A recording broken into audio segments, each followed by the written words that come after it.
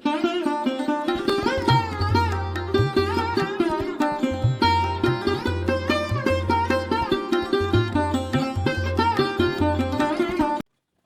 பிரம்மா குரு விஷ்ணு குரு தேவோ மகேஸ்வரா குரு சாட்சாத் பரபிரம்மா தசிம்சி குருவே நமக. தனுசு ராசி நேயர்களுக்கு அன்பு வணக்கம். நான் உங்கள் தரணிதாசன்.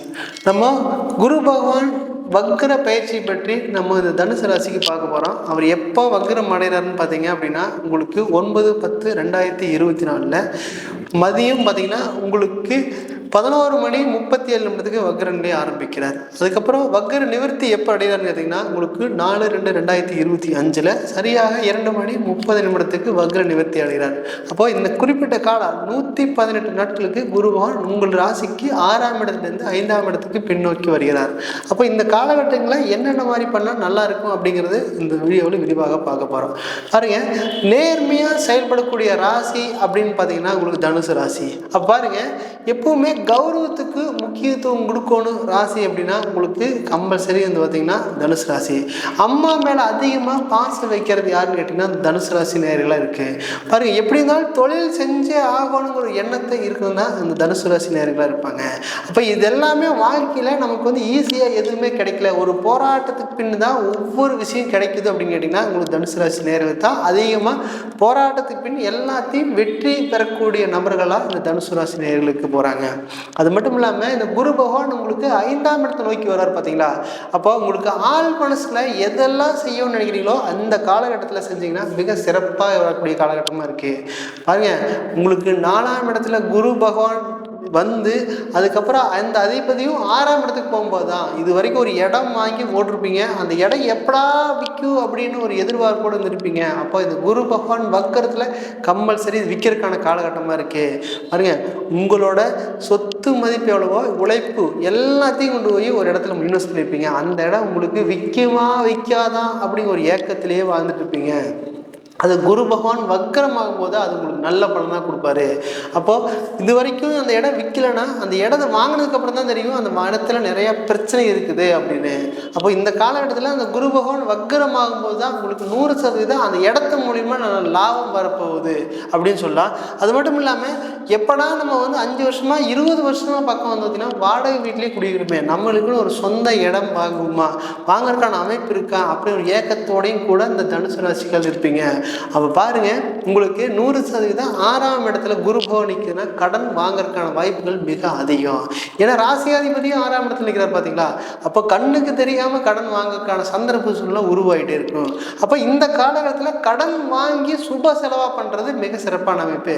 பாருங்க, இது வரைக்கும் வீடே இல்லை அப்படின்னா வீடு வாங்கிக்கலாம், வீடு கட்டிக்கலாம். அப்படி இல்லை இடத்தோட வீடு வாங்கிக்கலாம். இல்லை நமக்கு வந்து இடம் மட்டும் வாங்கினா போதுன்னா இந்த குரு பகவான் ராசியாதிபதி மிருக சீரிச நட்சத்திரத்தில் வக்கரமாய் நிற்கும் போது ஒரு இடம் அப்படிங்கிறது தனுசு ராசிக்கு வரப்போகுது. பாருங்க, கடந்த காலகட்டங்களில் நிறைய பிரச்சனையை மட்டுமே சந்திக்கக்கூடிய ராசியாக இருப்பீங்க. ஏன் அப்படின்னு கேட்டிங்கன்னா, இப்போ தான் உங்களுக்கு சனி பகவான் உங்கள் ராசியிலேருந்து இப்போ தான் வெளியே போயிருக்காரு.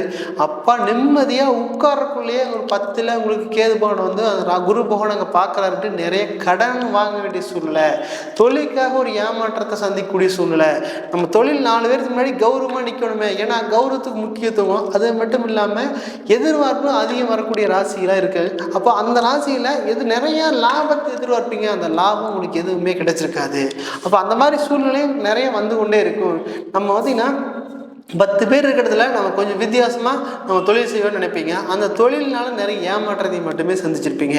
தொழிலுக்காக கடன் வாங்கியிருப்பீங்க. அந்த கடன் கட்டுறதுக்கு மேலே வட்டிக்கு மேலே வட்டி, தகுதிக்கு மீறின கடன் வர வேண்டிய சூழ்நிலைக்கு தள்ளப்பட்டுட்டீங்க.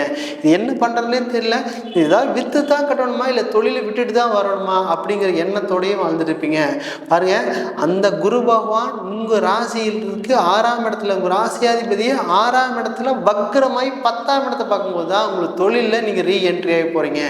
யாருக்கிட்ட எல்லாம் நீங்கள் தொழில் வேண்டான்னு சொல்கிறீங்களோ, அவனால் செய்ய முடியாதுன்னு சொன்னாங்களோ அவங்ககிட்ட நிமிர்ந்து நிற்க போகிறீங்க அப்படி தான் சொல்லணும். பாருங்கள், எங்கெல்லாம் நம்ம கௌரவம் முக்கியம் நினச்சி வாழ்ந்தீங்களோ அதே இடத்துல நீங்கள் எல்லாரும் கூப்பிட்டு உங்களை வச்சு பேசுவாங்க. அந்த அளவுக்கு கௌரவமாக நடக்கிறதுக்கான சந்தர்ப்ப சூழ்நிலை இருக்குது. பாருங்கள், மேல் அதிகாரினால டார்ச்சர் தாங்க முடியாமல் அவர் வெளியே போய்க்கலாம், இல்லை நீங்கள் வெளியே போய்க்கலாம்னு நினைக்கலாம். ஆனால் இந்த காலகட்டத்தில் ஒரு ப்ரமோஷனே ஒரு 3 வருஷம் கிடைக்கவே இல்லை, 5 வருஷமாக கிடைக்கல.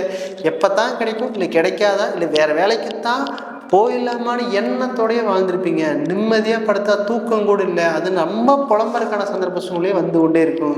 என்ன பண்ணுறதுனே தெரில, அந்த மாதிரி சூழ்நிலை ஆயிருக்கும். பாருங்கள், உங்களுக்கு 6ஆம் இடத்துல குரு பகவான் வக்ரமாகி உங்களுக்கு 10ஆம் இடத்தை பார்க்குறாரு. பட்டம், பதவி, தொழில் மாற்றம், இடமாற்றம், வேலை மாற்றம் கம்பல்சரி நிச்சயமாக சத்தியமாக நடக்க போகும் தான் நிச்சயமாக சொல்லணும். அது மட்டும் இல்லாமல் வெளிநாடு போகணுங்கிற எண்ணம் இருந்துகிட்டே இருக்கு. அது எப்போ போகிறதுன்னு தெரில அப்படிங்கிற இருந்தாலும் கூட இந்த குரு பகவான் 6ல் வக்ரமானாலும் கூட அது 12ஆம் இடத்தை பார்க்குறாரு. அப்போ கம்பல்சரி இந்த காலகட்டத்தில் வெளிநாடு பயணம் நிச்சயமாக நடந்தே தீரும் அப்படின்னு தான் சொல்லணும். கம்பல்சரி இந்த காலகட்டத்தில் வெளிநாடு போகிறதுக்கான வாய்ப்பு இருக்குது. பாருங்கள், வெளிநாட்டில் வேலை செஞ்சாலும் கூட அந்த வேலையை விட்டுருப்பீங்க. அந்த வேலையில் ஏதாவது ஒரு இதை விட நம்ம தான் நேர்மையாக உழைக்கிறோமே, நமக்கு என்னப்பா அடுத்த வேலை கிடைச்சிரும்னு நினச்சி தான் விட்டுருப்பீங்க. ஆனால் விட்டதுக்கப்புறம் தான் தெரியும் அங்கே வேலையும் இல்லை. திரும்பியும் வர முடியாமல், அங்கேயும் வேலை செய்ய முடியாமல், நமக்கு மட்டும்தான் வாழ்க்கையில் இப்படி நடக்குமா அப்படிங்கிற எண்ணத்தோடு நிறைய காலகட்டத்தில் சந்திச்சிருப்பீங்க. படுத்தா நிம்மதியாக தூக்கம் கூட வர முடியாத சூழ்நிலை சந்திச்சிருப்பீங்க. எல்லாருமே என்னை கைவிட்டாங்க, நான் மட்டும்தான் நடுரோட்டில் இருக்கிறேன், எனக்கு எந்த சப்போர்ட்டுமே இல்லையே அப்படின்னு இருந்தாலும் கூட மனம் தளராமல் நிற்கிறது அப்படின்னு கேட்டிங்கன்னா இந்த தனுசு ராசிக்காரர் தான். இந்த தனுசு ராசிக்காரர் மாதிரி நேர்மையாக செயல்பட முடியாது பார்த்தீங்களா. அதே மாதிரி தான் மனம் தளராமல் தைரியமாக நிற்கக்கூடிய, நம்ம உழைப்பு நான் உழைக்கிறேன் அப்படின்னு பின்னாடி எத்தனை பேர் வந்தாலும் இழுத்து கூட்டிகிட்டு போகக்கூடிய தன்மை இருக்க போகுது. இதெல்லாம் வந்து பார்த்திங்கன்னா 6ல் குரு பகவானுங்கிறது 100% உங்களுக்கு உடல் ரீதியாக உபாதைகள் கொடுக்கறதுக்கான சந்தர்ப்பம், தலைவலி தொந்தரவு, தோல்வலி தொந்தரவு வர்றதுக்கான சந்தர்ப்பம், இஎன்டி பிரச்சனை வர்றதுக்கான சந்தர்ப்பம், 6 மணிக்கு மேலே இரவு நேர பயணங்களை நாங்கள் தவிர்த்துட்டா சந்தர்ப்பம். அது மட்டும் இல்லாமல் மறைமுகமான எதிரி உங்களுக்கு கம்பல்சரி வரக்கூடிய காலகட்டமாக இருக்குது. அதனால் உங்கள் ரகசியத்தை வெளியே சொல்லாமல் பாதுகாத்துக்கிறது மிக சிறப்பான அமைப்பு. அதை மட்டும் நல்லபடியாக பயன்படுத்திங்க. இது மட்டும் இல்லாமல் இல்லை உங்கள் ரகசியம் வெளியே போயிடுச்சுன்னா உங்களுடைய பலமே இல்லை அப்படி தான் சொல்லணும். ஏன்னா ஒருத்தருக்கு ரகசியமே அவங்களுக்கு பலம் தான். அப்போ இது எல்லாம் பண்ணுறேன் அப்படின்னு சொன்னீங்கன்னா அவங்க அடுத்து அந்த விஷயத்தை அடுத்தவங்க பண்ணிட்டு போயிட்டே இருப்பாங்க. அதனால் உங்கள் ரகசியத்தை மேக்சிமம் இந்த காலகட்டத்தில் குரு பகவான் வக்கரத்தில் இருக்கும்போது செய்யக்கூடாது. ஏன்னா உங்கள் குரு பகவான் இந்த வக்கரமாகி 2ஆம் இடத்தை பார்க்குறாங்க பார்த்தீங்களா, அந்த காலகட்டத்தில் ஏதாவது ஒரு வழியில் உங்களுக்கு பணமாற்றம் கம்பல்சரி வரக்கூடிய காலகட்டமாக இருக்குது. திடீர்னு அதிர்ஷ்டம் கூட வரலாம் சரிங்களா. அந்த மாதிரி காலகட்டம் இருக்கும்போது இது நல்லபடியாக பயன்படுத்தினா போது இங்கே பாருங்க, உங்களுக்கு குரு ஓரையில் கம்பல்சரி ஆலங்குடி குரு பகவான் வழிபாடு வர்றது மிக சிறப்பான அமைப்பு. அது மட்டும் இல்லாமல் தட்சிணாமூர்த்திக்கு கொண்டக்கடல் மாலை போட்டு வழிபடுறது மிக சிறப்பான அமைப்பு. பெரிய வந்து பார்த்திங்கன்னா வாழ்க்கையில் வளர்ச்சி வரக்கூடிய காலகட்டமாக இந்த காலகட்டம் இருக்கும்போது, இடமாற்றம் இருக்கும்போது, இடம் வாங்கினீங்கன்னா கம்பல்சரி வாங்கக்கூடிய காலகட்டம், தொழில் மாற்றம் இருக்கும்போது, கம்பல்சரி வேலை மாற்றம் இருக்கும்போது, பதவி உயர் கிடைக்கும்போது, வெளிநாட்டு வேலை என்ன நிறைய இந்த காலகட்டம் 118 நாட்களுக்கு நல்லபடியா மேலும் மேலும் வளர்ச்சி பெறக்கூடிய காலகட்டமாக இருக்க போகுது. இது பாருங்க, இது எல்லாமே வந்து பார்த்தீங்கன்னா இது வந்து கோச்சார பலன் மட்டும்தான். உங்கள் ஜாதகத்தில் அந்த குரு பகவான் என்ன நிலைமையில் இருக்கிறாரோ அதை தெரிஞ்சுட்டு செயல்படுறது சிறப்பான அமைப்பு. பாருங்க, உங்கள் ஜாதகத்தில் குரு பகவான் நல்ல நிலைமையில் இருந்தாங்கன்னா பணம் பரிவர்த்தனை எல்லாம் மிக சிறப்பாக செய்யக்கூடிய காலகட்டமாக இருக்கு. பாருங்க, அந்த பண பரிமாற்றம் அப்படிங்கிறது மிக சிறப்பாக பாருங்க. உங்கள் ஜாதகத்திலே வக்ரமாக இருந்தாலும் கூட இப்போ வக்ரமாக இருக்கும்போது பண பரிவர்த்தனையில் நீங்கள் சரியாக சிக்கிறதுக்கான சந்தர்ப்பம் இருக்குது. அதனால வந்து பண பரிமாற்றத்தை நீங்கள் கொஞ்சம் கவனமாக செயல்படுறது மிக சிறப்பான அமைப்பு. பாருங்க, தாயார் உடல்நிலை அப்படிங்கிறது கொஞ்சம் கவனத்தில் கொள்வது மிக சிறப்பான அமைப்பு. ஏன் அப்படி கேட்டிங்கன்னா உங்களுக்கு 4ஆம் அதிபதி 6ல் போய் வக்கரமாக இருக்கும்போது தான் அம்மாவுக்கு நல்லாயிடுச்சுன்னு நினச்சிங்கன்னா தான் ஒரு பிரச்சனையை கொடுக்கும். அம்மாவோட உடல்நிலை கொஞ்சம் கேர் எடுத்து பார்த்துக்குங்க. அது மட்டும் இல்லாமல் அப்பாவோட உடல்நிலை கொஞ்சம் கேர் எடுத்து பார்த்துக்குங்க. பாருங்கள், இட சம்பந்தமான விஷயத்தில் இந்த குரு பகவான் வக்கரமாக இருக்கும்போது முக்கியமான முடிவுகள் எடுக்க வேண்டாம். இடம் விற்கிறதா சரி, வாங்குறதா இருந்தாலும் சரி, புதிய முடிவுகள் அப்படிங்கிறது இந்த வக்கர காலத்தில் உங்களுக்கு பலம் கம்மியாக இருக்குது. ஏன்னா 6ஆம் அதிபதி ராசியாதிபதியே 6ல் வக்கரமாகும் போது நீங்கள் கவனமாக இல்லைன்னா உடல் உபாதைகள் சின்ன சின்ன தொந்தரவு கொடுக்கும். நீங்களும் கவனமாக இருந்துட்டால் மிக மிக சிறப்பு.